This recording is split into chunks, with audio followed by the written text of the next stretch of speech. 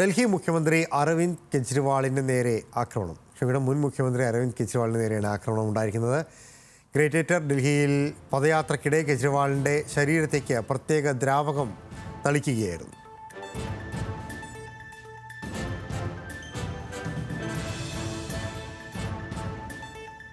ശരത്ലാലാണ് വാർത്തയുടെ വിശദാംശങ്ങളുമായിട്ടുള്ളത്. ശരത്ത്, ഇതെന്താണ് സംഭവം, എന്തെല്ലാമാണ് വിശദാംശങ്ങൾ?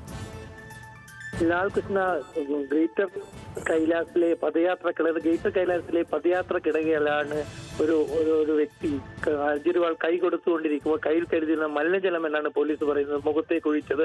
ഉടനെ തന്നെ കെജ്രിവാളിന്റെ സുരക്ഷാ ഉദ്യോഗസ്ഥർ അക്രമിയെ കീഴ്പ്പെടുത്തുകയായിരുന്നു. എന്നാലും ഒരു വളരെ പ്രധാനപ്പെട്ട സുരക്ഷാ വീഴ്ചയായിട്ട് ഇതിനെ കാണാം.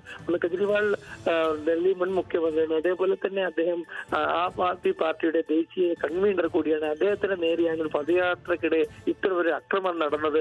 സ്വാഭാവികമായിട്ട് പോലീസിനെ സംബന്ധിച്ചോളം പോലീസിന് ഇത് തടയാൻ കഴിഞ്ഞില്ല. മുഖത്ത് മലിനജലം തെറിച്ചു വീഴുകയും അത് കൈകൊണ്ട് തുടച്ചു മാറ്റി ഒന്നും സംഭവിക്കാത്ത രീതിയിൽ കെജ്രിവാൾ മുന്നോട്ട് നീങ്ങുകയും ചെയ്തിരുന്നു.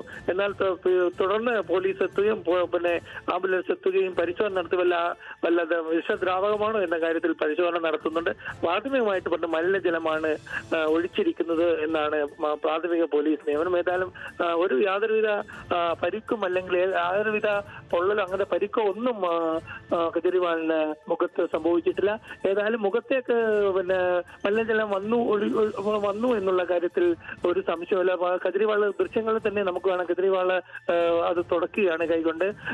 ക്യാമറകൾക്ക് മുമ്പിലായിരുന്നു ഈ ആക്രമണം എന്നതും വളരെ ശ്രദ്ധേയമാണ്. പോലീസിനെ സംബന്ധിച്ചോളം പോലീസിന്റെ ഒരു സുരക്ഷാ വ്യക്തിയായിട്ട് തന്നെ ഇതിനെ നാം കാണേണ്ടി വരും. കാരണം വേണ്ടത്ര പ്രോട്ടോകോൾ ഇസഡ് കാറ്റഗറി പ്രൊട്ടക്ഷൻ ഉള്ള ഒരാളാണ് കെജ്രിവാൾ. കെജ്രിവാളിനെ മുമ്പിലും പിമ്പിലും പോലീസുണ്ട്, അതേപോലെ തന്നെ 12 സുരക്ഷാ ഉദ്യോഗസ്ഥരുണ്ട്.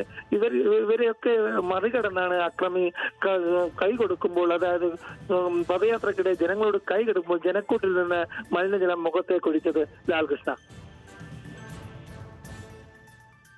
ശരി, ശരത്ലാലാണ് വിശദാംശങ്ങൾ നൽകിയത്.